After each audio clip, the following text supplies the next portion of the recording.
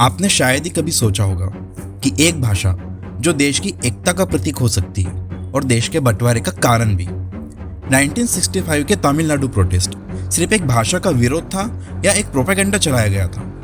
क्या हिंदी को इम्पोज करने की कोई साजिश रची गई थी या एक अफवाह बनाई थी? एंटी हिंदू प्रोटेस्ट में कितने लोगों ने अपनी जान दी? इन सब का जवाब आज के इस video Hindi versus south India में हम पता लगाते हैं। तो स्वागत है आप सभी का सत्यार्थ में। शुरू करते हैं हिस्टोरिकल बैकग्राउंड से। Origin of Hindi controversy. Bharat हमेशा से एक बहुभाषी देश रहा है। मुगल काल में पर्शियन भाषा का यूज़ किया गया और उसको प्रमोट किया गया, जो ब्रिटिश रूल आते ही इंग्लिश से रिप्लेस हो गई। भारत की आज़ादी के बाद 1950 में हिंदी को राजभाषा बनाने का प्रस्ताव आया, लेकिन उसके साथ ही इंग्लिश को टेम्पररी बेसिस पर चलाने की बात रखी। लेकिन जब एक राष्ट्रीय भाषा चुनने की बात आई, तभी से कभी ना खत्म होने वाली एक डिबेट शुरू हो गई। ब्रिटिश के रूल में भारत के इलाके भाषा के बेसिस पर नहीं बने थे, बल्कि ब्रिटिशर्स ने उन्हें अपनी सुविधा के हिसाब से बनाया, जिसमें भारत की संस्कृति, लोकल कल्चर, लिंग्विस्टिक आइडेंटिटी, इन सब को इग्नोर किया गया। एग्जाम्पल के तौर पे मद्रास प्रेसिडेंसी, जो आज के तमिलनाडु, आंध्र प्रदेश, कर्नाटका, केरला और उड़ीसा के कुछ हिस्सों को कवर करती थी। ये एक बहुत बड़ी मल्टीलिंगुअल प्रोविंस थी, जिसमें तमिल, तेलुगु, कन्नड़ा, ओडिया, मलयालम बोलने वाले लोग एक साथ रहते थे। अब इन सब में अलग अलग भाषा और संस्कृति होने के कारण लोगों की लिंग्विस्टिक आइडेंटिटी पे काफ़ी मतभेद होते रहे। उन सारे लोगों में उनकी लैंग्वेज और कल्चर स्ट्रॉन्ग बनाने की कोशिश काफ़ी ज़्यादा बढ़ गई, जिससे आगे चलकर भारत के राज्यों को लैंग्वेज के बेसिस पे बनाने की काफ़ी डिमांड बनी। लैंग्वेज आइडेंटिटी को लेकर काफ़ी सारे आंदोलन हुए, जैसे 1904 से लेकर 1953 के बीच आंध्र प्रदेश मूवमेंट चला, जिसमें तेलुगु स्पीकर्स ने मद्रास प्रेसिडेंसी से अलग होकर आंध्र प्रदेश बनाने की डिमांड रखी। 1916 के बाद द्रविडियन मूवमेंट चला, जिसमें तमिल आइडेंटिटी बचाने और हिंदी इम्पोजिशन के खिलाफ काफ़ी सारे प्रोटेस्ट हुए। 1952 में पोट्टी श्री रामुलु ने आंध्र प्रदेश के लिए 58 दिन तक अनशन किया। उसके बाद उनकी मृत्यु हो गई और उसको लेकर एक बहुत बड़ा आंदोलन हुआ। 1920s और 1940s के बीच एक केरला मूवमेंट हुए, जिसमें मलयालम स्पीकर्स ने केरला स्टेट की डिमांड रखी, और 1950 के विशाल मैसूर मूवमेंट, जिसमें कन्नड़ा स्पीकर्स ने मैसूर स्टेट को कर्नाटक बनाने की मांग रखी।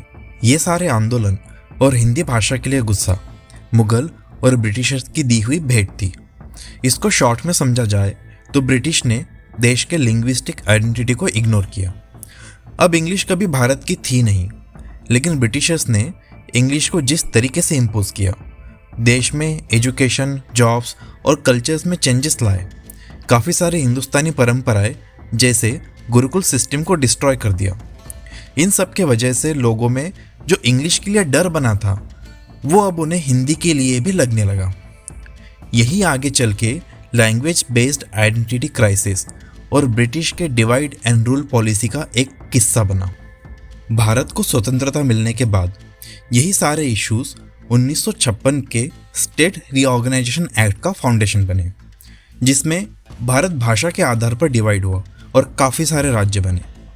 अब देश आज़ाद तो हो गया और भाषा के आधार पर देश का बंटवारा भी हो गया, लेकिन भाषा के नाम पर लड़ाइयाँ फिर भी चल रही थी। इसके पीछे क्या रीज़न था? हिस्टोरिकली देखा जाए तो कर्नाटका, वेस्ट बंगाल, महाराष्ट्र, पंजाब और आंध्र प्रदेश जैसे राज्यों में हिंदी को लेकर काफ़ी मतभेद थे, लेकिन इन सब में तमिलनाडु एंटी हिंदी का एपिसेंटर बना। बाकी राज्यों की बात की जाए, जैसे वेस्ट बंगाल, पंजाब, कर्नाटका, महाराष्ट्र, आंध्र प्रदेश, इन राज्यों में रीजनल आइडेंटिटी काफ़ी स्ट्रॉन्ग थी, लेकिन यहाँ तमिलनाडु जैसे एग्रेसिव और वायलेंट प्रोटेस्ट नहीं हुए। तमिलनाडु एक ऐसा राज्य बना जहाँ इतना खतरनाक विरोध हुआ कि कुछ स्टूडेंट्स ने अपने आप पे पेट्रोल डालकर आत्महत्या कर दी। ऐसे दर्दनाक हिंसा से भरे पन्नों के पीछे हमेशा से कोई ना कोई पॉलिटिकल पावर चलती आई है और इतिहास इसका गवाह है। तो फिर तमिलनाडु में जो हो रहा था, उसके पीछे कौन सी पार्टी थी? लॉजिकली सोचा जाए तो इन सब से जिसको फ़ायदा हुआ वो थी तमिलनाडु की डीएमके पार्टी। 1965 के पहले तमिलनाडु में कांग्रेस एक बहुत बड़ी स्ट्रांग पार्टी थी। एंटी हिंदी प्रोटेस्ट में कांग्रेस ने हिंदी भाषा को सपोर्ट किया और ये डीएमके के लिए एक परफेक्ट चांस बना, जहाँ पे उन्होंने कांग्रेस को एंटी तमिल बोलना शुरू किया। डीएमके ने एक बढ़िया इमोशनल गेम खेला जिसमें उन्होंने तमिल आइडेंटिटी को पॉलिटिकल वेपन बनाया और लोगों की भावनाओं को एक गुस्से में बदला। डीएमके का ये पॉलिटिकल खेल ऑफिशियल लैंग्वेज एक्ट 1963 से शुरू हुआ। इस एक्ट के अकॉर्डिंग हिंदी भाषा धीरे धीरे इंग्लिश को रिप्लेस करने वाली थी। डीएमके ने यह मौका देखा और इसको लोगों के कल्चरल सेंटिमेंट से जोड़ दिया। भोले भाले युवा और स्टूडेंट्स को बताया गया कि अगर हिंदी आ गई तो उनका फ्यूचर और जॉब अपॉर्चुनिटीज खत्म हो जाएगी।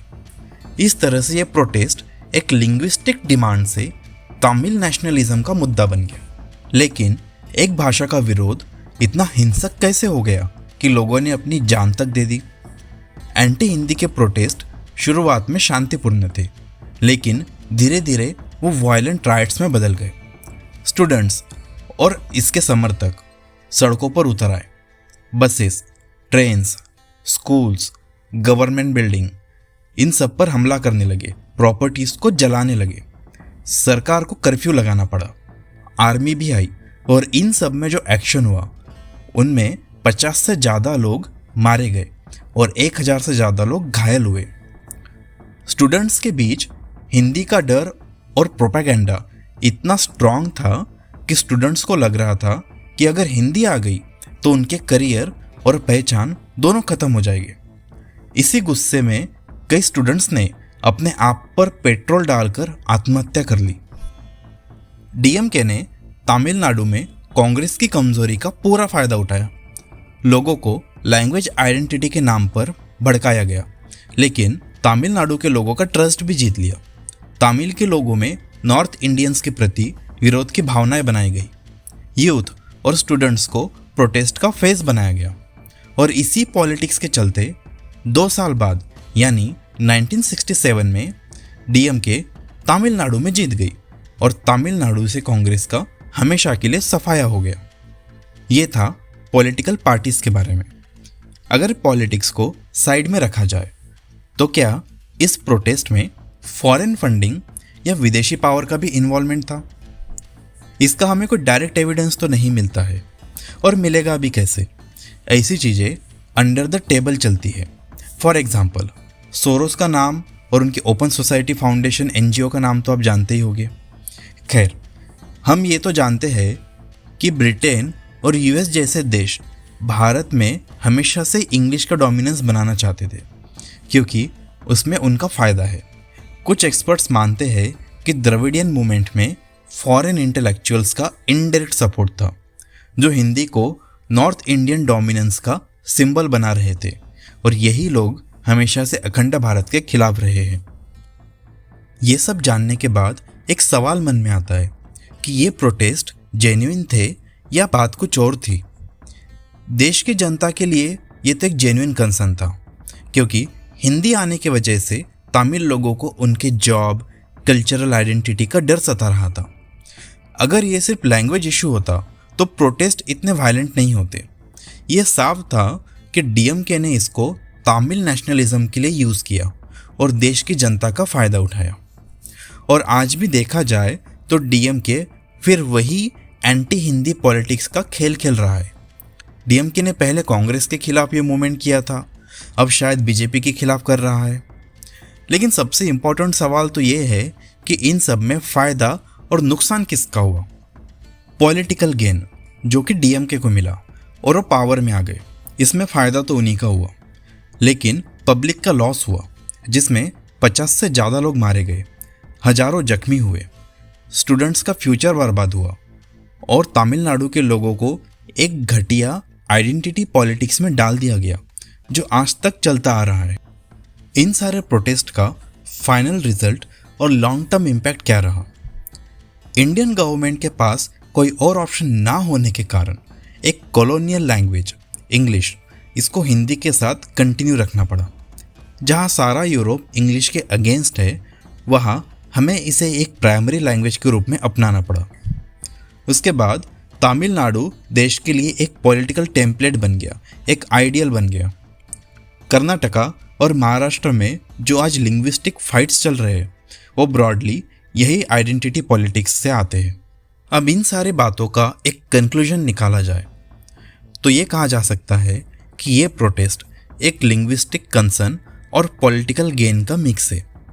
डीएमके पार्टी ने तमिल प्राइड का इमोशनल कार्ड खेला और पावर में आ गए। कांग्रेस का तमिलनाडु में एंड हो गया और उनका हिंदी लाने का सपना सपना ही रह गया। लेकिन इसका सबसे बड़ा नुकसान आम जनता को हुआ, जिसमें लोग मारे गए, स्टूडेंट्स का फ्यूचर बर्बाद हुआ और एक लिंग्विस्टिक डिवाइड क्रिएट हुआ जो आज तक चलता आ रहा है और देश को आगे बढ़ने से कहीं ना कहीं रोक रहा है। भारत के जागरूक नागरिक बनके आप वो कर सकते हो जो तमिल के लोग उस समय नहीं कर पाए। आप पॉलिटिकल मैनिपुलेशन से बचे, देश की यूनिटी पे फोकस करें, प्रैक्टिकल बने, सही नॉलेज ले, पॉलिटिकल पार्टीज़ के हिडन एजेंडास को समझें, फेक नैरेटिव्स और प्रोपेगेंडा से बचे। आप याद रखिए कि भारत हम सबका है और हमारी ग्रोथ के लिए हम खुद ही जिम्मेदार हैं। आज के टॉपिक को मैं यही समाप्त करता हूँ। आपको इन्फॉर्मेशन पसंद आई हो तो प्लीज़ मेरे चैनल को लाइक, कमेंट और सब्सक्राइब करें। इस इन्फॉर्मेशन को ज़्यादा से ज़्यादा आपके दोस्तों के साथ शेयर कीजिए। आपके विचार मुझे कमेंट सेक्शन में लिखकर बताइए। मिलते हैं नेक्स्ट वीडियो में, तब तक के लिए जय हिंद।